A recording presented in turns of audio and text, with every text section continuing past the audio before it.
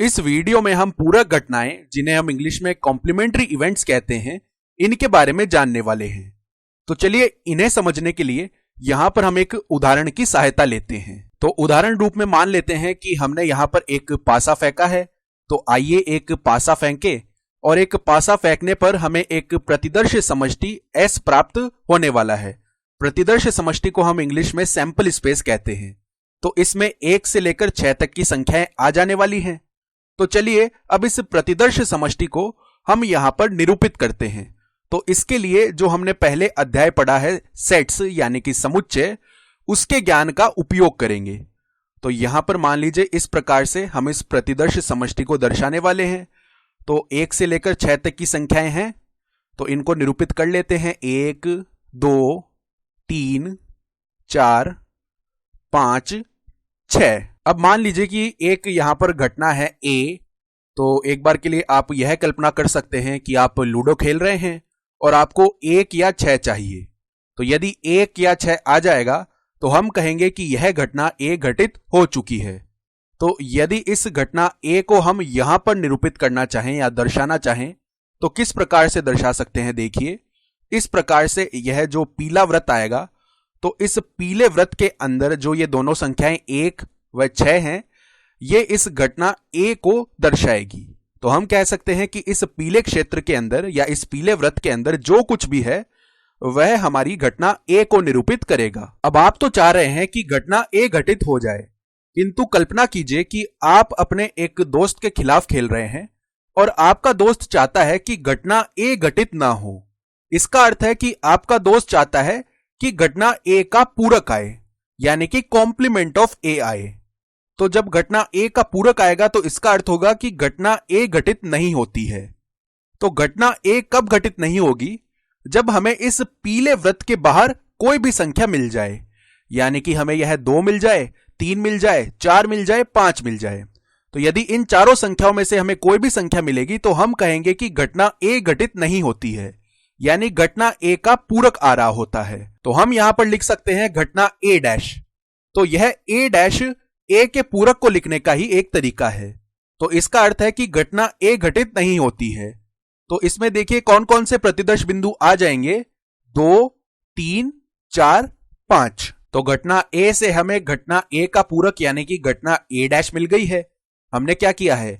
घटना A में आने वाले प्रतिदर्श बिंदुओं के अतिरिक्त जो भी प्रतिदर्श बिंदु हैं वे यहां पर लिख दिए हैं और इससे हमें घटना A का पूरक प्राप्त हो गया है। और इस अध्याय के लिए पूरक का अर्थ एकदम विपरीत होगा, यानी कि यदि यहां पर कोई घटना घटित होती है और हम चाहते हैं कि वह घटना घटित न हो, तो हम उस घटना के खिलाफ जितनी भी संभव स्थितियां हैं उनको इस प्रकार से साथ में लिख देंगे और वह उस घटना का पूरक यानी कि कॉम्प्लीमेंट हो जाएगा।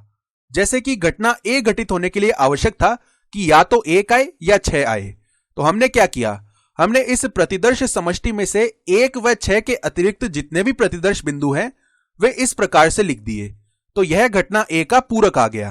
चलिए अब देखते हैं कि हम इसे गणित में कैसे लिखते हैं और पुनः हम यहां पर हमारे समुच्चयों के ज्ञान का उपयोग करने वाले हैं। तो यहां पर इसे कुछ इस तरह से लिखेंगे। A बराबर समस्त परिणाम W या समस्त परिणामों की सूची W, जहां W बिलोंग्स टू A है, या हम कह सकते हैं W A में से है, या इसे कुछ ऐसे भी कह सकते हैं कि W A का सदस्य है। तो यह हमारी आवश्यक शर्त यानी कि रिक्वायर्ड कंडीशन हो गई है। तो अब यह देख लेते हैं कि इस चिन्ह का अर्थ क्या है। तो जैसा कि हमने पहले भी कहा है, इस चिन्ह का अर्थ है में है, यानी कि इंग्लिश में बिलोंग्स टू। और इसी प्रकार का एक दूसरा चिन्ह होगा में नहीं है, यानी कि डज नॉट बिलोंग टू। और इस चिन्ह का उपयोग हम तब करेंगे जब हम घटना A का पूरक यानी कि घटना A डैश लिख रहे होंगे। तो चलिए अब हम A डैश लिख लेते हैं। तो A डैश बराबर में यह आ जाने वाला है।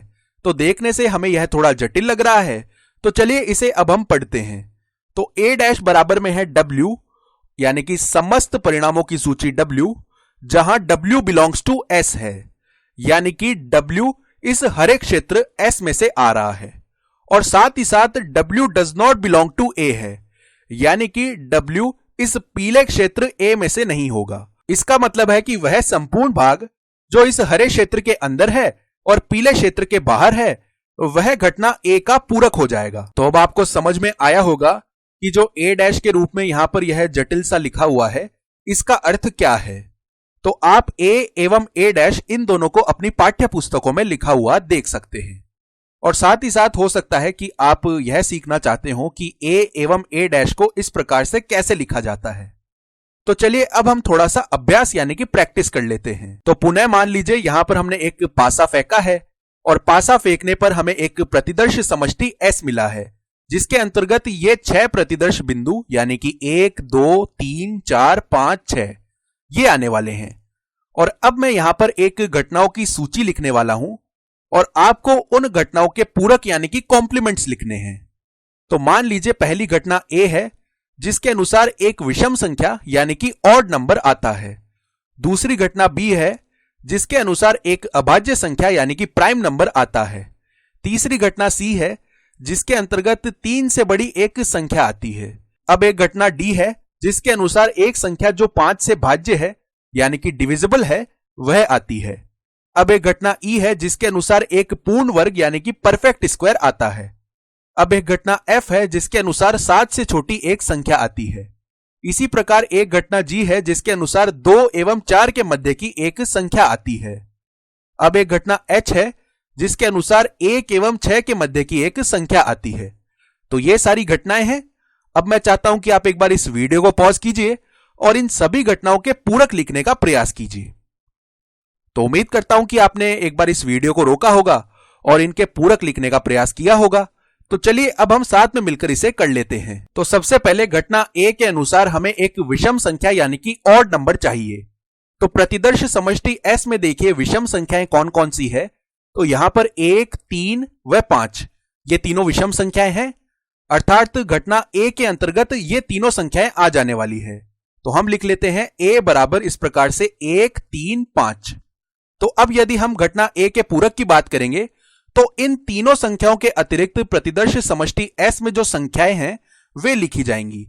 तो ये विषम संख्याएं हैं, तो यदि हम इनके अतिरिक्त संख्याएं लिखेंगे तो वे सम संख्याएं यानी कि इवन नंबर्स आएंगे। तो यदि हम A डैश लिखना चाहते हैं तो उसमें देखिए 1 3 5 के अतिरिक्त यहां पर 2 4 एवं 6 है यानी कि ये सम संख्याएं हैं। तो इस प्रकार से यह घटना A का पूरक A डैश आ जाएगा। अब इसके बाद में घटना B के अंतर्गत हमें एक अभाज्य संख्या यानी कि प्राइम नंबर मिलता है। तो प्रतिदर्श समष्टि S में देखिए अभाज्य संख्याएं कौन कौन सी हैं। यहां पर 2 3 व 5 ये तीनों अभाज्य संख्याएं हैं। तो इस घटना B के अंतर्गत ये तीनों संख्याएं यानी कि 2 3 व 5 ये आ जाएंगे। अब इन तीनों के अतिरिक्त जितनी भी संख्याएं हैं वे घटना B के पूरक में आ जाएंगी, यानी कि यदि हम B डैश लिखना चाहते हैं तो उसमें जो बची हुई संख्याएं हैं यानी कि 1 4 6 ये आ जाने वाली हैं। तो चलिए अब हम घटना C देखते हैं। इसके अनुसार 3 से बड़ी एक संख्या आती है। तो ध्यान दीजिए यहां पर 3 से बड़ी एक संख्या है, तो इसके अंतर्गत 3 नहीं आने वाला है, 3 से बड़ी संख्या आ जाने वाली है। तो यहां पर देखिए 3 से बड़ी संख्याएं कौन कौन सी है, 4 5 6। तो इसका मतलब है घटना C के अंतर्गत यहां पर 4 5 6 आ जाएंगे। तो अब यदि हम घटना C का पूरक लिखते हैं यानी कि C डैश लिखते हैं तो 4 5 6 के अतिरिक्त यहां पर जितनी भी संख्याएं हैं वे आ जाएंगी, यानी कि 1 2 3। अब उसके बाद देखिए घटना D के अनुसार एक संख्या जो 5 से भाज्य है। तो यहां पर केवल 5 ही आने वाला है, यानी D बराबर इस प्रकार से 5 ही आएगा। और अब यदि हम D का पूरक यानी कि D डैश लिखते हैं तो 5 के अतिरिक्त यहां पर जितने भी प्रतिदर्श बिंदु हैं वे लिखे जाएंगे, यानी कि 1 2 3 4 6। अब उसके बाद घटना E के अनुसार एक पूर्ण वर्ग यानी कि परफेक्ट स्क्वायर आना चाहिए। तो यहां पर देखिए पूर्ण वर्ग 1 है और उसके बाद में 4 है। ये दो ही संख्याएं हैं जो पूर्ण वर्ग हैं, यानी कि E के अंतर्गत ये दोनों आ जाने वाले हैं। अब यदि हम E डैश लिखते हैं तो 1 व 4 के अतिरिक्त यहां पर जितनी भी संख्याएं हैं वे सभी लिख देंगे, यानी कि 2 3 5 6। अब घटना F के अनुसार 7 से छोटी एक संख्या आती है।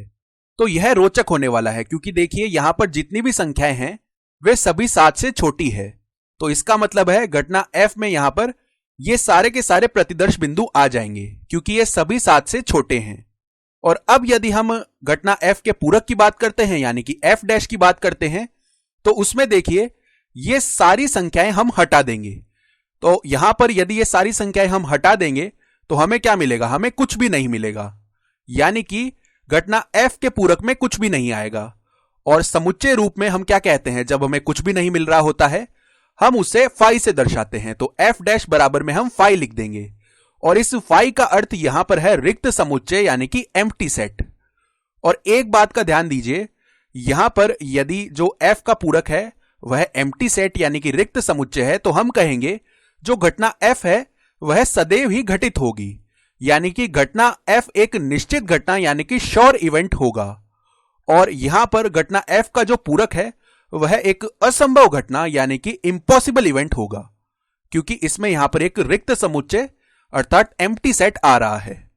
तो इस प्रकार से हमने जो हमने पहले पढ़ रखा है उसके बारे में यहां पर दोहरान कार्य कर लिया है। तो अब देखिए घटना जी के अंतर्गत यहां पर 2 एवं 4 के मध्य की एक संख्या है। तो पुनः मैं आपको बता दूं 2 एवं 4 के मध्य की एक संख्या का मतलब यह नहीं है कि संख्याएं 2 एवं 4 भी शामिल है। हमें वे ही संख्याएं देखनी है जो 2 और 4 के मध्य है। तो 2 और 4 के मध्य केवल 3 है, तो इसका मतलब है घटना जी में केवल 3 आएगा।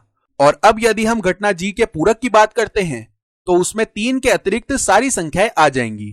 तो यहां पर जी डैश बराबर में हमने 3 को हटा दिया है और उसके अतिरिक्त यहां पर सारी संख्याएं लिख दी हैं। तो 1 2 4 5 6। अब इसके पश्चात घटना एच के अनुसार 1 एवं 6 के मध्य की एक संख्या। तो यहां पर देखिए 1 एवं 6 की बात नहीं है, 1 और 6 के मध्य की संख्याओं की बात है।